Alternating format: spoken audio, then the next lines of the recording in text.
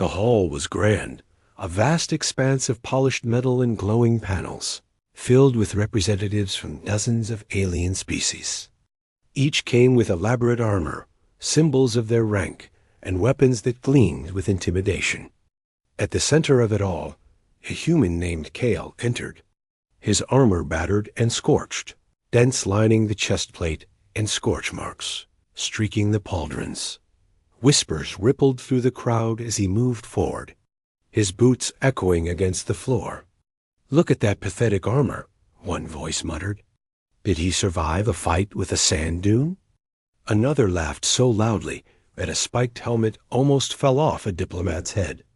The alien delegates exchanged smirks and shook their heads. They had seen humans before, but never one who dared appear in such ruined gear. To them, Kale looked unprepared, weak, even foolish. Kale felt the weight of their judgment, the sting of every glance and snide comment.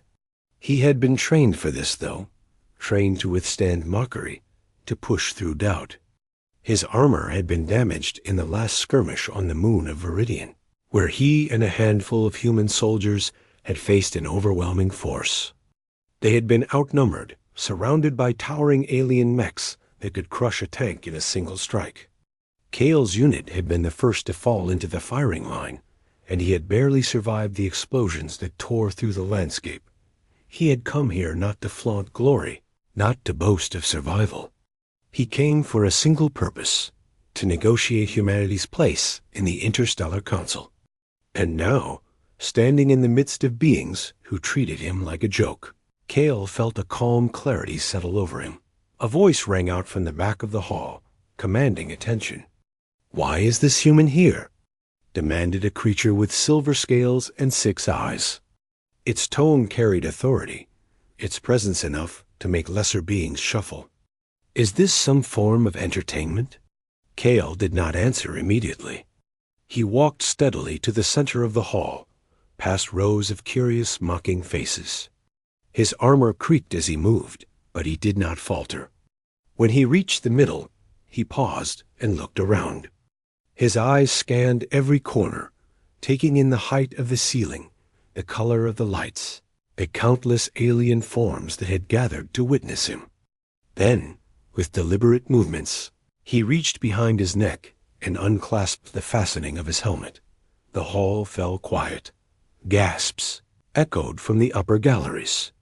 Beings shifted in their seats, unable to look away. Kale removed the helmet entirely, revealing a human face lined with exhaustion but unbroken. His dark hair was streaked with dust, his skin scratched from battle, but his eyes held a fierce intensity that none of the council members had expected. For a moment, the room seemed to shrink around him, as though his presence alone demanded attention. "It is true," Kale said, his voice steady. "My armor is damaged. My unit has faced defeat, and yet I am still standing. And I am standing here to speak for humanity." A low murmur passed through the hall. The laughter that had filled the air moments before was gone, replaced by cautious curiosity. Kale's words carried no arrogance, only certainty. He did not boast of power or demand respect. He simply reminded the assembly that survival in the face of impossible odds was not accidental. An elder diplomat, a being with translucent skin through which glowing veins pulsed, leaned forward. "Explain yourself," it said.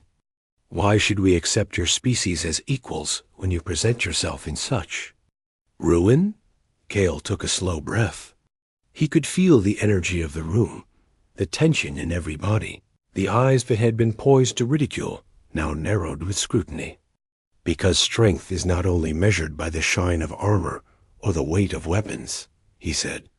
"It is measured by resolve, by the ability to continue when everything is against you. Humanity has fought countless battles, not always with the best equipment, not always with the largest armies, but we endure. We adapt, we learn, and we protect what we value." He paused, letting the weight of his words sink in. A small group of younger aliens exchanged glances, uncertainty flickering in their faces. Kale's gaze moved across the hall, resting for a moment on the silver-scaled creature that had questioned him. "You may see a human in damaged armor," he continued, "but what you see is the result of choice, courage, and the will to survive. That is a strength you cannot measure by appearances alone." Another diplomat, a massive quadrupedal being with armored plating and tusks, cleared its throat.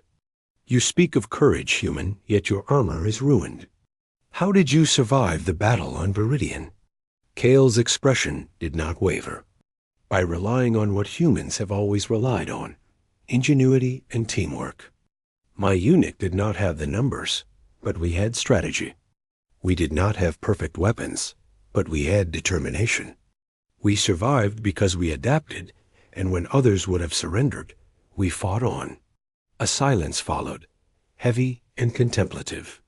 The delegates had expected a show of fear, a plea for mercy, or a panicked justification. Instead, they had received confidence, calm authority, and undeniable proof that humans were not to be underestimated. Kale knew the moment had come to push further. He stepped forward, raising his hands in a gesture of peace and challenge simultaneously. "I am not here to threaten. I am here to represent a species that has endured, that has grown, and that is willing to stand beside you in the council. Judge me by what I say, not by the scratches on my armor. Judge humanity by our actions, not by appearances." One of the council members, a lithe being with flowing, light-reflecting tendrils, leaned back and considered him. "You speak boldly, human," it said.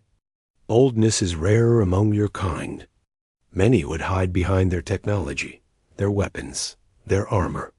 You have shown us another way." Kale nodded. "Boldness without purpose is reckless. Boldness with purpose is strength.